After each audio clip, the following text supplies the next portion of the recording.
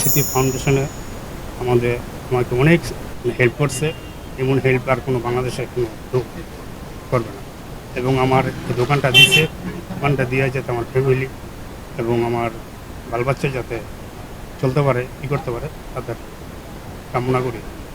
এবং জুলাই স্মৃতি ফাউন্ডেশনকে আমি অনেক অনেক ধন্যবাদ জানাই। জুলাই শহীদ স্মৃতি ফাউন্ডেশনের একটা উদ্যোগকে আমাদের গাজী সালাউদ্দিন ভাই জুলাই অভ্যুত্থানে আহত এবং উনি তার চোখ হারিয়েছেন, অনেক দিন চিকিৎসাধীন ছিলেন। তারপর জুলাই শহীদ স্মৃতি ফাউন্ডেশন তার পুনর্বাসনের জন্য এই দোকান অ্যারেঞ্জমেন্টের ব্যবস্থা করেছেন। আমরা জুলাই শহীদ স্মৃতি ফাউন্ডেশনের উদ্যোগকে স্বাগত জানাতে আমরা এসেছি। আমাদের গাজী সালাউদ্দিন ভাই আমাদের সহযোদ্ধা, আমরা সব সময় সহযোদ্ধার পাশে আছি। আমরা আমাদের এই জুলাই যোদ্ধা এবং গর্বিত শহীদ পরিবারের সদস্য যারা আছেন তাদের জন্য পুনর্বাসন বা অন্যান্য যে কোনো কিছু এগুলো করে এটাই হবে আমাদের উদযাপনের প্রক্রিয়া।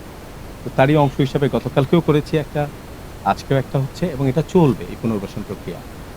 আজকে যে ছোট দোকানটি দেখতে পাচ্ছেন আমাদের এই দৃষ্টিশক্তি হারানো ভাইয়ের, এটি ফুলের কুড়ির মতো ছোট। এখন আমরা বিশ্বাস করি যে ওনার সততা এবং ওনার দেশপ্রেম এটার মাধ্যমে এই ফুলের কুড়ি একদিন সম্পূর্ণ বড় একটি ফুল অথবা ফুলের বাগানে পরিণত হবে এবং বাংলাদেশের সব মানুষ তাকিয়ে আছেন কিভাবে ওনার একটা গর্বিত জীবনে আবার ফিরে যেতে পারেন।